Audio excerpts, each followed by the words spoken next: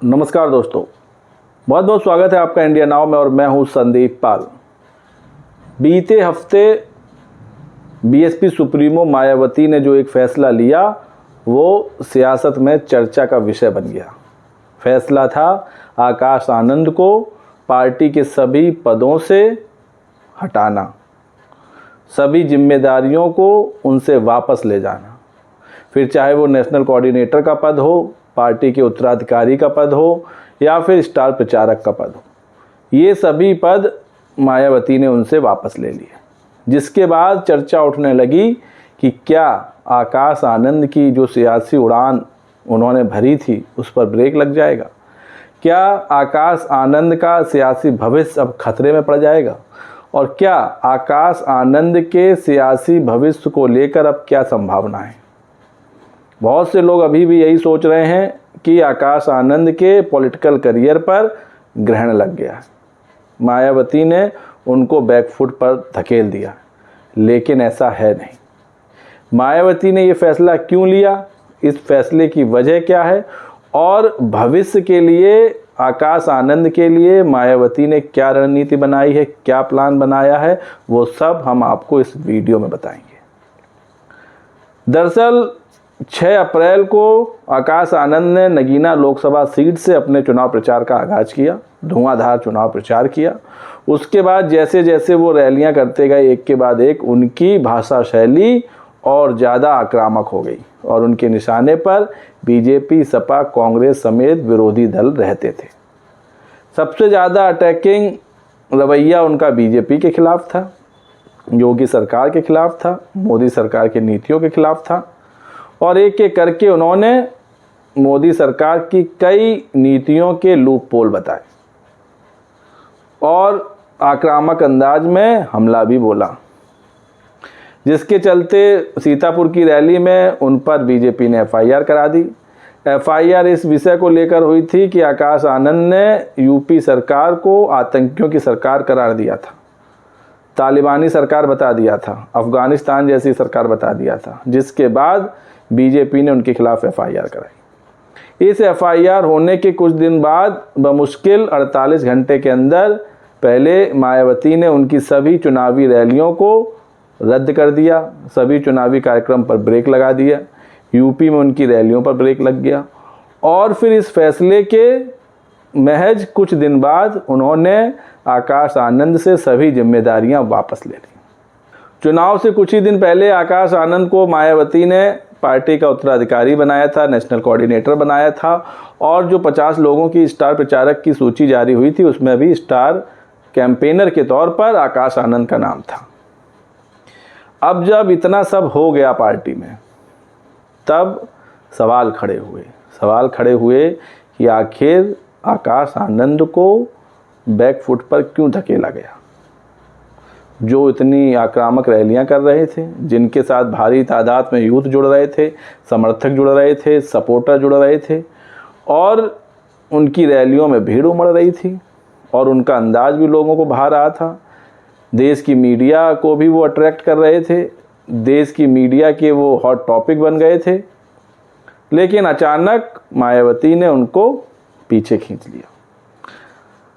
तो सबसे पहले आपको बताएं कि ये जो चुनाव है, लोकसभा चुनाव, ये जो क्षेत्रीय पार्टियां हैं यूपी की और या कहें बड़ी पार्टियां हैं यूपी की, उनके लिए एक लिटमस टेस्ट की तरह। लिटमस टेस्ट इसलिए है क्योंकि ये लोकसभा चुनाव है, यहाँ क्षेत्रीय पार्टियां चुनाव लड़के अपनी ताकत का एहसास करा सकती हैं, शक्ति प्रदर्शन कर सकती हैं। जो पार्टी ज़्यादा सीटें लाएगा उससे अंदाज़ा लगाया जाएगा कि जनता के बीच उसकी कितनी अहमियत है, जनता के बीच उसका कितना महत्व है। तो इन सब के बीच मायावती ने जो आकाश आनंद के लिए प्लान बनाया है, वो प्लान तो दरअसल है 2027 का, जब यूपी विधानसभा के चुनाव होंगे 2027 में। मायावती आकाश आनंद को उसके लिए तैयार करना चाहती हैं। हालांकि अभी लोकसभा चुनाव में उन्होंने उनको मौका दिया, लेकिन अभी मायावती को वो इमेच्योर नजर आए। उनकी जो भाषा शैली थी वो बहुत आक्रामक थी और जब वो भीड़ के बीच जाते थे तो और आक्रामक हो जाते थे। हालांकि कैमरे के पीछे और जब नॉर्मली उनसे कोई इंटरव्यू लेता था तो काफ़ी सौम्य और सरलता से अपनी बातें कहते थे, लेकिन जब वो रैलियों में जाते थे तो उनका कैरेक्टर एकदम चेंज हो जाता था, वो एकदम अलग आकाश आनंद नज़र आते थे। तो मायावती ने उनके साथ एक्सपेरिमेंट किया, प्रयोग के तौर पर उनको मौके दिए, उनसे 8-10 रैलियां भी उन्होंने की। लेकिन जब मायावती ने देखा कि अभी आकाश आनंद में थोड़ी मैच्योरिटी और आने की ज़रूरत है, डिसीजन लेने की क्षमता और बढ़ाने की ज़रूरत है, इसलिए उन्होंने आकाश आनंद को बैकफुट पे ले आए। बैकफुट पे या कहें अभी और ट्रेनिंग के लिए और ट्रेंड करने की आवश्यकता समझी, इसलिए उन्होंने उनको थोड़ा पीछे खींच लिया। और अब आकाश आनंद जुट जाएंगे 2027 की तैयारी में, जब यूपी का विधानसभा चुनाव होगा, क्योंकि यूपी का विधानसभा चुनाव मायावती की पार्टी के लिए, मायावती के लिए लोकसभा चुनाव से ज़्यादा अहमियत रखता है।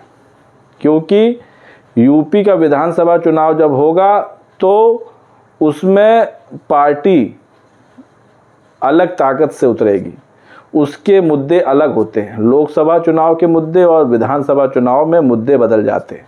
अभी राष्ट्रीय मुद्दों पर भी वोटिंग होती है, राष्ट्रीय मुद्दों को देखकर भी चुनाव लड़े जाते हैं। यही वजह है कि इस बार के चुनाव में पाकिस्तान भी आ गया है, आरक्षण भी आ गया है, संविधान भी आ गया है। लेकिन जब विधानसभा के चुनाव होंगे तो उसमें रीजनल मुद्दे मैटर करते हैं। तो आकाश आनंद अब अगले 5 साल तक विधानसभा चुनाव की तैयारी में जुटेंगे, पार्टी की कमान संभालेंगे।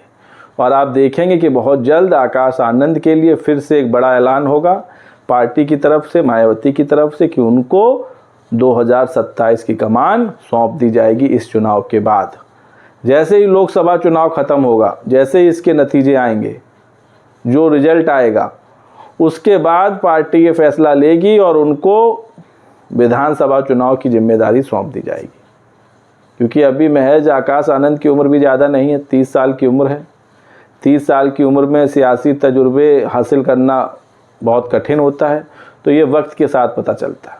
मायावती का लंबा राजनीतिक अनुभव है, उन्होंने भी काशीराम के साथ रहकर काफ़ी कुछ सीखा था। तो अब बारी आकाश आनंद की है मायावती जी के साथ रहकर काफ़ी कुछ सीखने की। तो इसलिए अब आकाश आनंद को बहुत जल्द विधानसभा चुनाव की जिम्मेदारी पार्टी सौंपेगी और इसका ऐलान भी जल्द होगा इस चुनाव के बाद, जैसे ही लोकसभा चुनाव ख़त्म होंगे। तो जो लोग ये सोच रहे हैं कि आकाश आनंद की सियासी उड़ान पर मायावती ने ब्रेक लगा दिया है, उनका पॉलिटिकल करियर ख़त्म कर दिया है, उनसे तमाम तरह की जिम्मेदारियां छीन ली गई हैं, तो ऐसा कुछ भी नहीं है। ये सिर्फ अटकलबाजी हैं, कयास है। सच ये है कि आकाश आनंद को लोकसभा चुनाव की भूमिका से निकालकर यूपी विधानसभा चुनाव 2027 के लिए तैयार किया जा रहा है, ट्रेंड किया जा रहा है। और ये ट्रेनिंग खुद बीएसपी सुप्रीमो मायावती देंगी।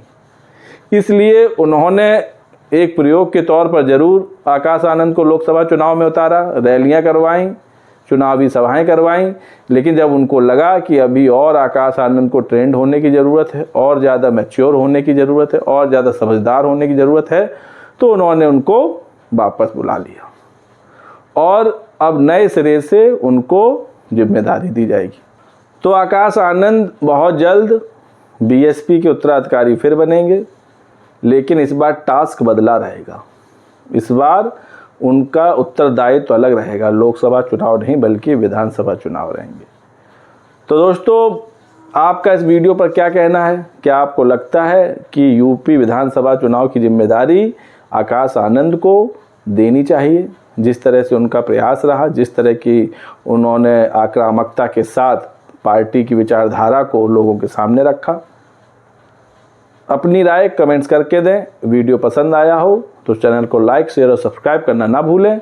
तब तक के लिए नमस्कार।